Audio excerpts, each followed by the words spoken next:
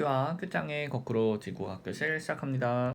오늘의 배움 주제는 다음과 같습니다. 오늘은 이제 퇴적암에 대해서 한번 배워보도록 하겠습니다.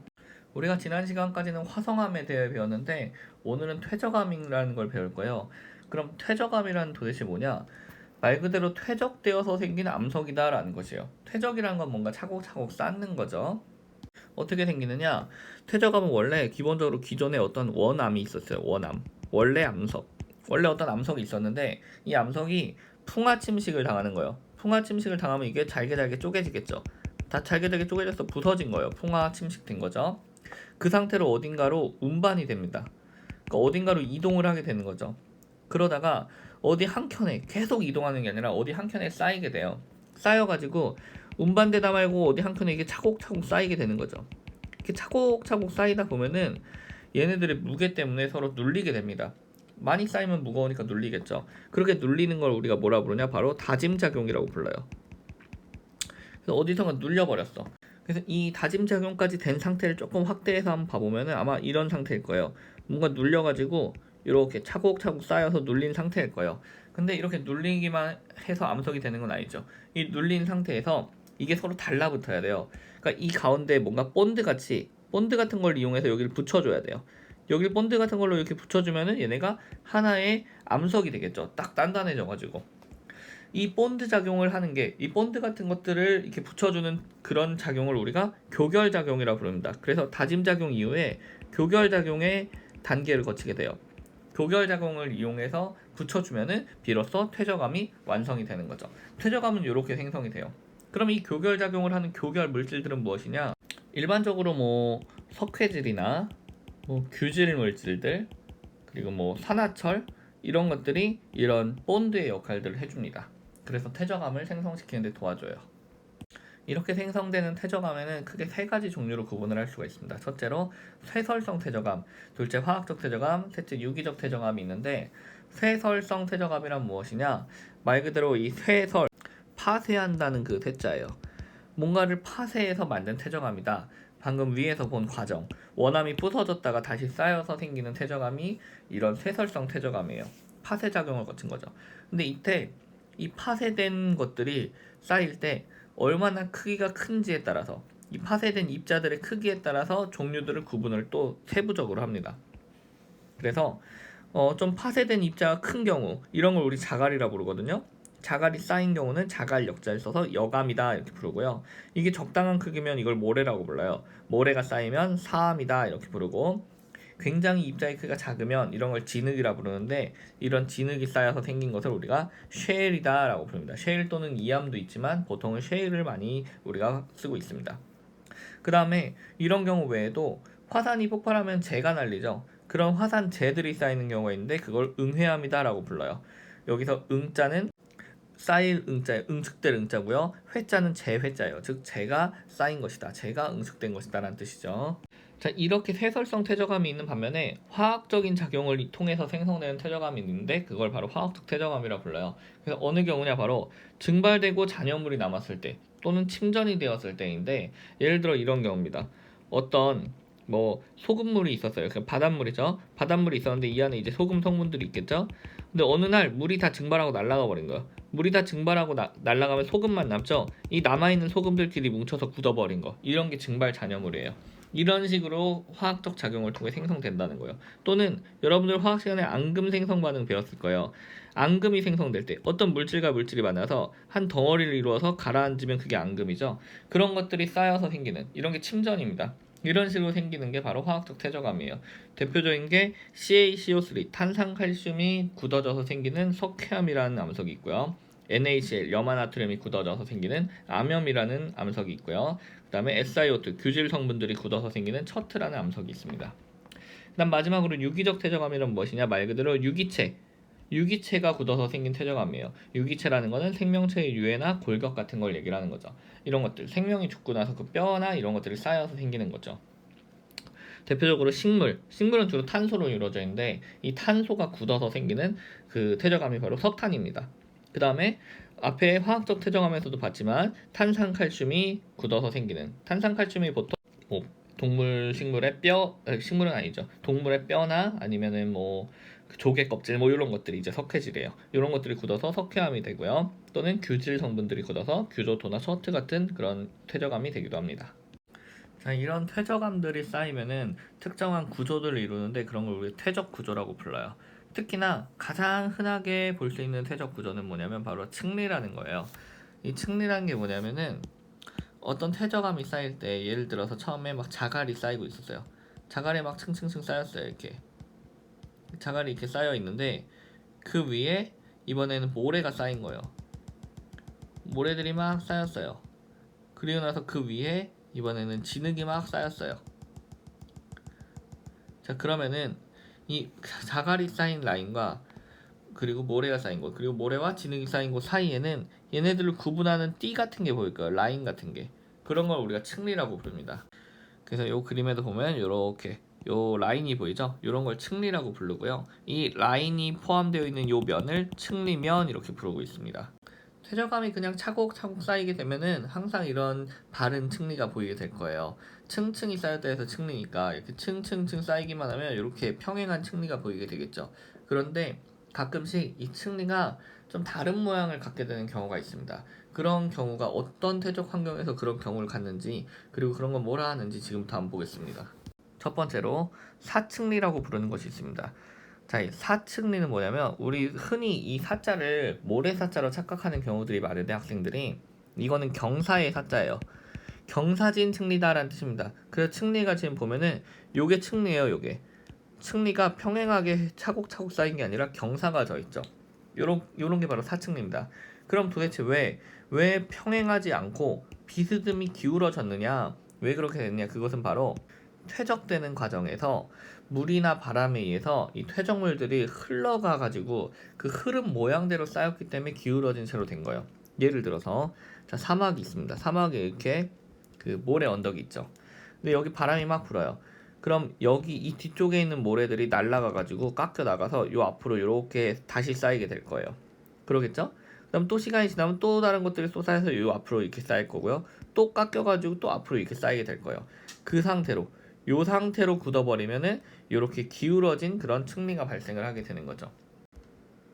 자, 그래서 사층리는 바람이 부는 사막이나 물이 흐르는 곳에서 주로 발생을 하게 됩니다. 이때 이 사층리를 보면요, 요렇게 기울어진 모양이 있잖아요. 이거를 여기다 공을 올려놓는다 생각해보세요. 그럼 이 공이 이렇게 굴러 떨어지겠죠. 요 공이 굴러 떨어지는 요 방향으로 물과 바람이 흐른 거예요. 이걸 우리가 유출을 해낼 수가 있습니다. 그리고 이때 이 방향대로 요 방향대로 공이 떨어지는 요 방향대로 공이 떨어지는 시작점이 윗부분이고요. 공이 떨어질 부분이 아랫부분이에요. 그래서 상하를 구분을 할 수가 있어요. 그러니까 차곡차곡 쌓이는 거잖아요. 퇴적이라는 게. 그랬을 때 어떤 게 먼저 퇴적이 되냐? 당연히 아래에 있는 게 먼저 퇴적이 된 거죠. 바로 이 아래쪽에 해당하는 게 먼저 퇴적이 된 거고, 요 공이 떨어지기 시작하는 이 위쪽에 있는 거는 나중에 퇴적이 된 거. 그래서 먼저 퇴적이 된 곳이 아래쪽이고요. 나중에 퇴적된 곳이 위쪽이 되는 거죠. 근데 그렇지 않은 경우도 있다는 소리예요. 이 말은 어떤 경우냐면 이렇게 생기는 경우가 있어요. 사층리를 봤는데 어떤 퇴적 구조에 사층리가 이렇게 나타나 있다. 그럼 얘는 지금 공이 여기서 이렇게 굴러가는 셈이 돼버리는 거잖아요. 이때는 반대로 뒤집힌 거예요. 그럼 이렇게 생성이 된 후에 이게 그대로 그냥 180도 돌아버린 거죠. 이런 걸 우리가 역전되었다라고 부릅니다. 이 역전된 그런 구조가 나타나게 되면 아래쪽이 원래 먼저 쌓이는 거잖아요. 근데 여기는 아래쪽이 나중에 쌓인 게 되고 요 위쪽이 먼저 쌓인 게 되는 거예요. 그러니까 생성 순서 자체가 달라지는 거죠. 그런데 어떤 뭐 지각 변동이나 이런 것들에 의해서 뒤집어져 버린 경우, 그런 경우가 바로 이 역전된 경우입니다. 그러니까 결국엔 이 퇴적 구조를 보면은 역전 여부까지 알아낼 수 있더라 하는 거죠. 자, 다음으로 점이층리 보겠습니다. 점이층리는 말 그대로 점점점점 뭔가 사이즈가 달라지는 층리다 이렇게 생각을 하면 되겠어요. 어떤 경우냐? 이런 경우에 그림에서 보다시피 딱 보면 느낌이 오죠. 여기 커다란 게 쌓여 있다가 위로 가면 점점 작아진 게 쌓이게 되죠. 이런 경우가 바로 점이층리예요. 그래서 점이층리는 한 지층 내에서 위로 갈수록 입자의 크기가 작아지는 층리다 이렇게 얘기를 합니다. 그럼 언제 이런 경우가 생기느냐? 바로 수심이 깊은 물 속에 퇴적이 될 때 이런 경우가 생겨요. 어떤 경우냐면은 이렇게 해변이 있다고 해볼게요. 여기에 물이 이렇게 있는 거죠. 이렇게 있을 때 이 해변 근처에 굉장히 얕은 바다 쪽, 이쪽을 뭐라 부르냐면 대륙봉이라고 부릅니다. 이 대륙봉을 지나가면 갑자기 급경사가 나요. 여기를 우리가 대륙사면이라고 부르고 있어요. 대륙사면에서 급경사가 나오다가 이제 해저에 도달하면 이 부분을 우리가 대륙대라고 부르고 있어요. 이때 대륙봉에서 대륙대까지 가는 요 대륙사면에서 요 워낙 경사가 갑자기 가파르다 보니까 막 여기서 암석들이 굴러 떨어지게 됩니다. 굴러 떨어지게 되면서 이 아래 대륙대 쪽에 가서 쌓이게 되는데, 이때 암석들 중에서도 그러니까 입자들이 커다란 애들도 있을 거고 조그만 애들도 있을 거예요. 그럼 여러분 생각을 해보세요. 뭐가 더 먼저 떨어지겠어요? 일반적으로 생각하기에 이 커다란 게 먼저 굴러 떨어지겠죠. 그래서 이 대륙대에 와서 커다란 게 먼저 쌓여 있고 그 위에 점점 올라갈수록 조그만 게 쌓이는 경우, 그 상태로 굳어버리면 그게 바로 점이층리가 되는 거예요. 그래서 이런 모양이 나타나게 되는 거죠. 이런 퇴적 구조가 나타나게 되는 거예요. 그럼 점이층리도 당연히 커다란 애들이 있는 곳이 먼저 쌓인 거니까 이 아래쪽이 먼저 쌓인 거고 이 위쪽이 나중에 쌓인 걸 알 수가 있어요. 근데 가끔 점이층리 중에서도 반대로 나타나는 경우가 있습니다. 위에 이렇게 큰 게 쌓여 있고 아래로 갈수록 이렇게 조그만 게 쌓이는 경우. 자, 이 경우도 아까 앞에서 본 사층리와 마찬가지로 역전이 된 경우다. 이런 걸 알 수가 있습니다. 자, 다음으로 연흔이라는 구조가 있습니다. 연흔은 뭐냐면 말 그대로 연한 흔적이다라는 뜻이에요. 연한 흔적. 뭐의 연한 흔적이냐? 물이 출렁출렁거린 것의 연한 흔적인 거예요. 어떤 물이 이렇게 뭐 호수라든지 뭐 이런 게 이렇게 물이 이렇게 출렁출렁거리고 있죠. 근데 굉장히 얕은 물인 거예요. 얕은 물. 얕은 물이면 그 아래에 있는 흙도 바닥도 이 출렁거린 이 모양을 그대로 여기에 이제 새기게 돼 버려요. 이게 굳어버리면 그게 바로 연흔입니다. 그래서 연흔이 생성되는 환경은 수심이 얕은 물속이라고 우리가 볼 수가 있어요. 그리고 연흔도 마찬가지로 상하를 구분할 수가 있습니다. 이렇게 출렁출렁거릴 때 뾰족한 부분이 위쪽이고요. 뾰족하지 않고 이 둥근 부분이 아래쪽이에요. 그러니까 둥근 부분이 아래쪽이니까 먼저 쌓인 거란 걸 알 수가 있죠. 근데 가끔 이렇게 반대로 나타나는 경우가 있어요. 이렇게 나타나면 요거는 역전된 것이다 라는 것을 또 알 수가 있습니다. 자, 이제 마지막 퇴적 구조로 건열이란 게 있습니다. 건열은 건조해서 생긴 균열이다 라는 뜻이에요. 건조하니까 바닥이 갈라져서 생긴 균열이에요. 우리 옛날에 막 가뭄이 일어났을 때 뭐 그 사회 시간에 그림 같은 거 보면 막 바닥이 쩌적쩌적 갈라져 있잖아요. 그게 바로 건열입니다. 그래서 건열이 생기려면 물이 없어야 돼요. 수분이 없어야 돼요. 건조해야 되니까. 그래서 건조한 환경에서 이제 퇴적이 되면은 그런 퇴적물들이 이렇게 갈라지게 되더라는 거예요. 그러다 보니까 갈라질 때 어떤 바닥이 있으면 건조해서 쩌적쩌적 이렇게 갈라지게 돼요. 이렇게 뾰족하게 아래로 뾰족하게 갈라지게 됩니다. 그러면 건열도 뾰족하게서 깊은 곳이 바로 아래쪽이 되는 거고, 요 그냥 평탄한 부분이 있는 쪽이 이제 위쪽이 되는 거죠. 근데 만약에 가끔 어떤 퇴적 구조를 봤는데 이렇게 반대로 이렇게 있더라, 위로 뾰족하더라, 그럼 얘는 역전된 것이다 라는 걸 알 수가 있어요.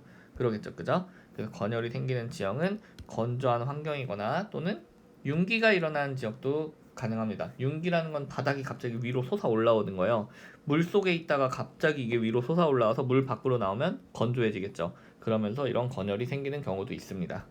자, 마지막으로 자주 나오는 우리나라의 대표적인 퇴적 지역만 보도록 하겠습니다. 강원도 태백시 구문소라는 곳에 가면은 연흔이나 건열이 잘 관찰이 되면서 우리 나중에 배우겠지만 삼엽충이라는 화석이 발견되는 그런 지형이 있습니다. 여기가 구문소 지역인데 이것을 통해서 알 수 있는 건 뭐냐면 여기가 과거에 고생대 시절의 바다였구나, 그때 생성된 석회암층이구나 라는 걸 알 수가 있어요. 왜냐하면 삼엽충이라는 화석이 고생대에 살던 생물의 화석이거든요. 그리고 이 삼엽충은 바다에서 살았었거든요. 그러니까 이런 식으로 과거의 지형을 추적을 할 수가 있는 거죠. 그 다음 전라북도 부안에 가면 채석강이라는 곳이 있습니다. 이 채석강이라는 곳에 가면 지금 그림으로는 이 두 번째 그림인데요. 원래 호수 밑바닥에서 생성되었었는데 그게 나중에 파도에 의해 침식되면서 우리 눈에 보이게 된 그런 퇴적층인 그런 흔적들이 보이고 있습니다. 그 다음에 마지막으로 경상남도에 가면 고성군에 아주 유명한 곳이죠. 고성 가면 덕명리라는 곳에 뭐가 나타나냐면 바로 공룡 발자국이 보여요. 연은 건열 이런 것도 보이고 공룡 발자국 이런 게 보이는데, 이걸 통해서 여기가 과거에 중생대 시절, 공룡은 중생대에 살았거든요. 이때 퇴적됐구나 이런 걸 알 수가 있습니다. 우리나라 퇴적 지형은 사실 더 많아요. 사실 더 많은 걸 공부해야 되는데 여러분이 내신용으로는 제가 요 정도만 그냥 이런 게 있다 정도로만 소개를 하고 혹시나 우리가 모의고사나 수능을 준비하는 친구들은 요번에 개설이 안 됐지만 나중에 방과후를 꼭 들으세요. 그때는 아주 자세하게 더 많은 것들을 우리가 공부를 해야 됩니다. 그리고 지금처럼 가볍게 보는 게 아니라 굉장히 자세히 봐야 돼요. 아시겠죠? 자, 오늘 수업 여기서 마치도록 하겠습니다. 수고하셨습니다. 큐바.